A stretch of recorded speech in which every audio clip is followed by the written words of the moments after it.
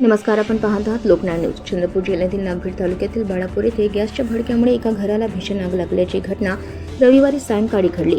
या आगीत घरातील मोठ्या प्रमाणात साहित्य जळून खाक झाले असून सुदैवाने कोणतीही जीवितहानी झाली नाही। मिळालेल्या माहितीनुसार बाळापूर येथील रहिवासी सचिन खोब्रागडे यांच्या घरी सायंकाळच्या सुमारास स्वयंपाक सुरू होता। त्यांची आई चुलीवर स्वयंपाक करत असताना अचानक फोन आल्यामुळे त्या बोलण्यासाठी घराबाहेर गेल्या। याच दरम्यान गॅसजवळ अचानक आग लागून मोठा भडका उडाला आणि काही क्षणातच घरातील वस्तूंना आग लागली।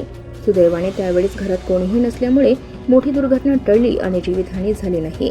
मात्र या आगीत घरातील जीवनावश्यक वस्तूंसह मोठ्या प्रमाणात साहित्य जळून खाक झाले।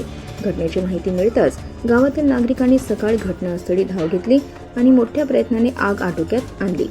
दरम्यान नगरपालिकेचे नगरसेवक तसेच चंद्रपूर जिल्हा मध्यवर्ती बँकेचे संचालक गणेश तर्वेकर यांनी अग्निशामक दलाला तात्काळ कळवून गाडी घटनास्थळी पाठवली।